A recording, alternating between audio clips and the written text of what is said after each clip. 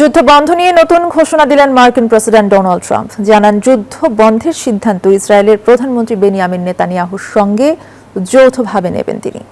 এই পরিস্থিতির মধ্যেও ইরানের উচ্চ পদস্থ কর্মকর্তাদের লক্ষ্য করে হামলা চালায় ইসরায়েলি বাহিনী।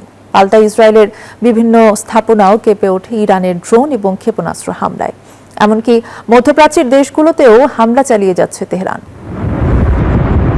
ইরান ও ইসরায়েল যুক্তরাষ্ট্র সংঘাত 10ম দিনে পৌঁছালেও তা বন্ধের কোনো লক্ষণই দেখা যাচ্ছে না। উল্টো আরো উত্তপ্ত হচ্ছে পরিস্থিতি। এর মধ্যে যুদ্ধ বন্ধ নিয়ে এবার নতুন বার্তা দিলেন মার্কিন president Donald Trump. The Times of ইসরায়েলকে ফোনে দেওয়া এক সাক্ষাৎকারে তিনি বলেন, ইরানের সঙ্গে যুদ্ধ কখন শেষ হবে সেই সিদ্ধান্ত তিনি ইসরায়েলের প্রধানমন্ত্রী বেনিয়ামিন নেতানিয়াহুর সঙ্গে যৌথভাবে নেবেন। এমনকি এ নিয়ে কথা চলছে বলেও জানান মার্কিন প্রেসিডেন্ট।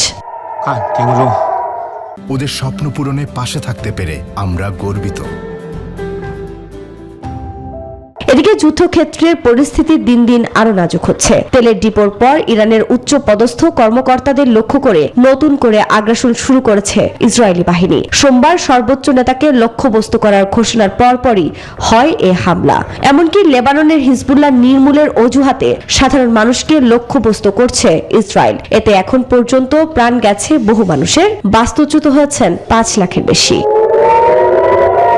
এদিকে বসে নেই ইরানও। সোমবার ইসরায়েলের বিভিন্ন স্থাপনা লক্ষ্য করে একের পর এক ড্রোন ও ক্ষেপণাস্ত্র হামলা চালানো হয়। এতে বেশ ক্ষয়ক্ষতির খবর জানিয়েছে গণমাধ্যম। এমনকি ইরাক, বাহরাইন, সৌদি, কুয়েত, কাতার সহ মধ্যপ্রাচ্যের দেশগুলোতেও হামলা চালিয়েছে তেহরান। তবে সৌদির তেল খনিতে হামলার পর ইরানকে চরম মূল্য দিতে হবে বলে হুঁশিয়ারি দিয়েছে দেশটি। আফরিন মৌ, নিউজ 24।